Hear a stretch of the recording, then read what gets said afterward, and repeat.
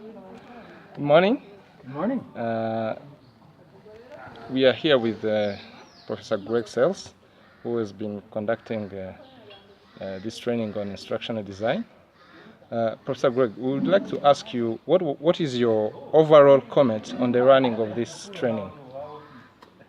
Well, I think instructional design is new to many of the participants in this course. I know, because I've taught similar courses many times to faculty around the world, that there's always a bit of resistance. One of the issues associated with instructional design is that it is a time-consuming activity, and faculty are often challenged to figure out how they're going to invest the time necessary to do it. Generally speaking, I think the reception here has been very good. People are very interested. We just looked at a few demos of work that have been done, and I thought it was very high quality. I'm very pleased with the results. Yes, now you've been talking about some challenges you have been facing either here or in other places. How do you think those challenges can be tackled? Well, one of the things that universities need to do is recognize that quality instruction is not easy. It requires the investment of resources from the university level and from the college or department level.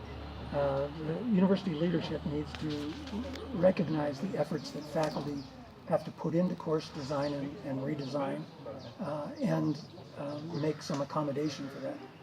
What we've seen in some places is that when faculty are charged with the task of redeveloping courses or creating new courses, they receive either extra compensation or perhaps release time from some of their teaching responsibilities as a way to acknowledge that they're having to put in a lot of effort to produce a quality course that can be used for many years into the future. Thank you. Now, the training had all like 15 staff, teaching staff. Yes. What do you suggest as a next step for either for them or the other staff who did not attend for a better implementation of what they learned? Sure. It's a question I often get asked. Often faculty are presenting or representing a small portion of their college or the department, and they say, well, how do we share this knowledge with everyone else in our faculty so that everyone can benefit? There is some mentoring that can be done by the participants from this workshop as they go back to their units. There are also additional courses that can be offered through the university support with recommendations from OHCEA. So if universities want additional support, they can request that in their work plans, and perhaps it'll get approved for future activities. Short of that, I think the people who have been trained need to provide some guidance and mentorship to their colleagues. But this workshop is just the first in a series of instructional design training activities that could be undertaken. And I wouldn't want people to assume that after a brief introduction to instructional design that they're fully versed in all the intricacies of the field. So certainly share what you know, but realize that there are many more things to learn, and there are ways to get that additional training if you seek it. Thank you. Now, there's this group that you have been with for 3 days now. Yes. What are the similarities have you observed in this group and other groups, or differences? And what can this group learn from others, or others learn from it if possible? Okay.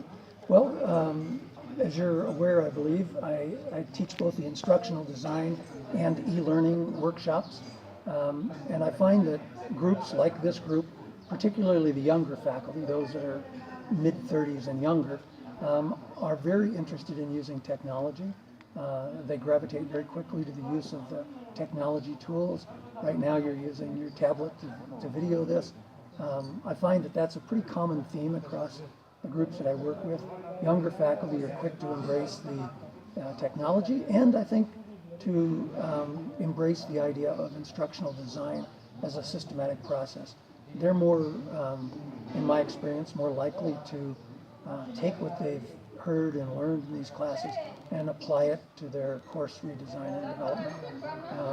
more senior faculty have fewer motivations and perhaps have less time because they have more commitments. But I think what you see in this group is similar to other groups in that the young faculty are eager to get going and using this and incorporating technology in their courses. Now, the last but not the least maybe is more personal. How we know that this is your second time to Rwanda. How did you find the country? Were there some changes between the 7 years you left? Sure. I noticed in Kigali many changes, physical infrastructure kinds of changes. I haven't been to Mzanzi before, but I love the area. To me, the climate is more comfortable. It's cooler here, and I appreciate that coming from a cold climate back in the States.